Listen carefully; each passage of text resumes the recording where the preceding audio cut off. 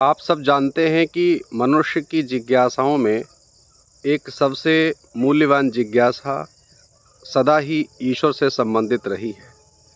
इस जिज्ञासा को अब तक अनेक मार्गों से शांत करने का प्रयास किया गया और इसी जिज्ञासा ने अनेक मत, विश्वास और सिद्धांतों को भी जन्म दिया।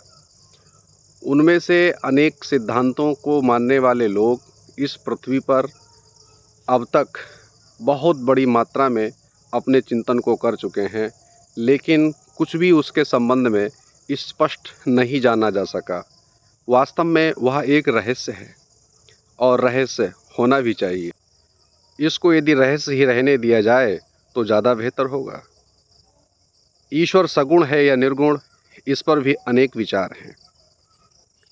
अब इसके दर्शन में हमें नहीं पड़ना, पर मैं इस मत के साथ आज पूरी तरह से सहमत हूँ कि यह संपूर्ण प्रकृति परमात्मा का ही व्यक्त रूप है।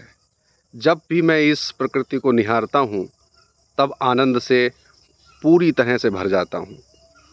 ऐसा आनंद मुझे संसार में कहीं और प्राप्त नहीं होता। इसलिए जब भी मुझे समय मिलता है मैं प्रकृति की गोद में आ जाता हूँ और फिर असीम आनंद से प्रकृति मुझे भर देती है। हम सब शांति, आनंद और प्रेम चाहते हैं। ये धरती अपने प्रेम को इस हरितिमा के माध्यम से ही व्यक्त करती है। इसके इस प्रेम के अद्भुत अभिव्यक्ति को जब भी मैं निहारता हूँ तो अभिभूत ही हो जाता हूँ।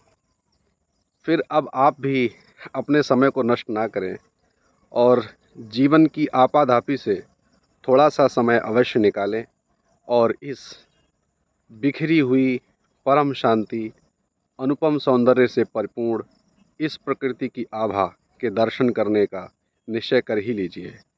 मैं आपको यह विश्वास दिलाता हूँ, जब आप अपने हृदय के साथ इस प्रकृति को निहारेंगे तो फिर यह आपको अपने आशीषों से निश्चित ही परिपूर्ण करेगी। धन्यवाद।